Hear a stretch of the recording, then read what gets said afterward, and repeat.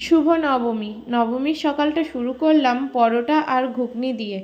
আমি কিন্তু পরোটাটা রান্না করেছিলাম আর ঘুগনিটা মা করেছিল। আর সকাল থেকেই দেখো কী পরিমাণে বৃষ্টি শুরু হয়ে গেছে। মনটা খুব খারাপ হয়ে গেছে যে দেখো পুজোর দিনে আর যাই হোক বৃষ্টি হলে না একদমই ভালো লাগে না। একটু হলেও তো আমরা ঘুরতে যাই। তারপরে একটু মাংস রান্না করে নিয়েছিলাম। আজ না খাসি মুরগি দুটোই হয়েছিল। তারপরে একটা কেক ডেলিভারি দিতে গিয়েছিলাম আর রাস্তায় দেখো বৃষ্টিতে পুরো ভিজে গিয়েছি।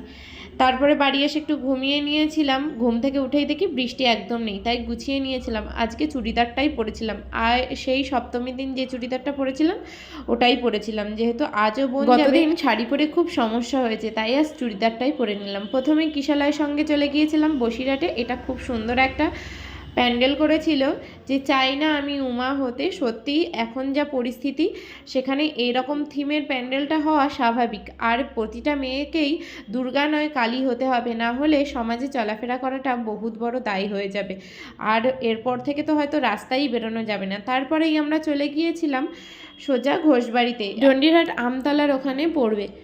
তো ঘোষবাড়িতে গিয়ে এখানে 4 রকমের প্যান্ডেল হয়েছে। প্রথমেই যেটা পূবের রাজবাড়ি, সেই যেটা আদিকালের সেই মায়ের পুজো হয়েছে। তারপরে এখানে একটা জমিদার বাড়ির থিম করেছিল, সত্যিই খুব সুন্দর লাগছিল। পুরোটাই প্লাস্টার অফ প্যারিস দিয়ে করা, খুবই শক্ত, দোতলা করা ছিল।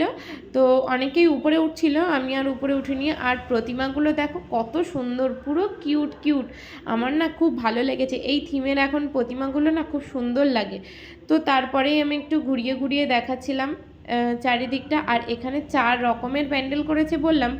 একটা হচ্ছে পূবের রাজবাড়ির যে প্রতিমা সেটা, আর বহুদিন আগে এখানে যে পুজো হতো, এই যে এখানকার থিমটা তোমাদের সঙ্গে দেখাই। তো এটা আমি আগের বছর যখন এসেছিলাম তখন একটু অন্যরকম ছিল, এখন একটু অন্যরকম করেছে। মানে একটু সংশোধন করে এরা নিজেদের মতন করার চেষ্টা করছে। আর একদমই শেষের দিকে ছিল পিরামিড, মানে মিশরীয় সভ্যতাটাকে তুলে ধরেছে। তো এটাও খুব সুন্দর লেগেছে। ভিতরটা দেখো কতটা সুন্দর করেছে। আর অনেকটা জমি নিয়েই এই জায়গাটা করা হয়েছে বা প্যান্ডেলটা করা হয়েছে। আর তোমরা যারা যারা ঘোষবাড়িতে আসতে চাইছো, আমার এর আগে একটা ভিডিও দেওয়া আছে, অবশ্যই সেই ভিডিওটা দেখে চলে এসো। এখানে বহু জিনিস আছে, তোমরা দেখলে আনন্দ পাবে। এমনকি বাচ্চাদের নিয়ে আসলে বাচ্চাদেরও খুব আনন্দ লাগবে। আর ছোট্ট করে একটা টাইম স্পেন্ড করার জন্য এই জায়গাটা একদমই বেস্ট। আমি তো প্রায় সময়ই এখানটায় চলে আসি। তো যাদের যাদের মন টন খারাপ থাকবে এখানে চলে আসবে। আর এখানকার প্রতিমাটা দেখো, পুরো একদমই অন্য রকমের একটা প্রতিমা করেছে। মিশরীয় সভ্যতায় নাকি এরকম প্রতিমা ছিল। তারপরে চলে গিয়েছিলাম আমতলারই আরও একটা প্যান্ডেলে। তো এটা পাগলা গারদ করেছে। আর এখানটার ঢুকতেই আমার না প্রচণ্ড ভয় লেগে গিয়েছিল, তাই প্রথম থেকে ভিডিওটা করতে পারলাম না, তার জন্য সরি।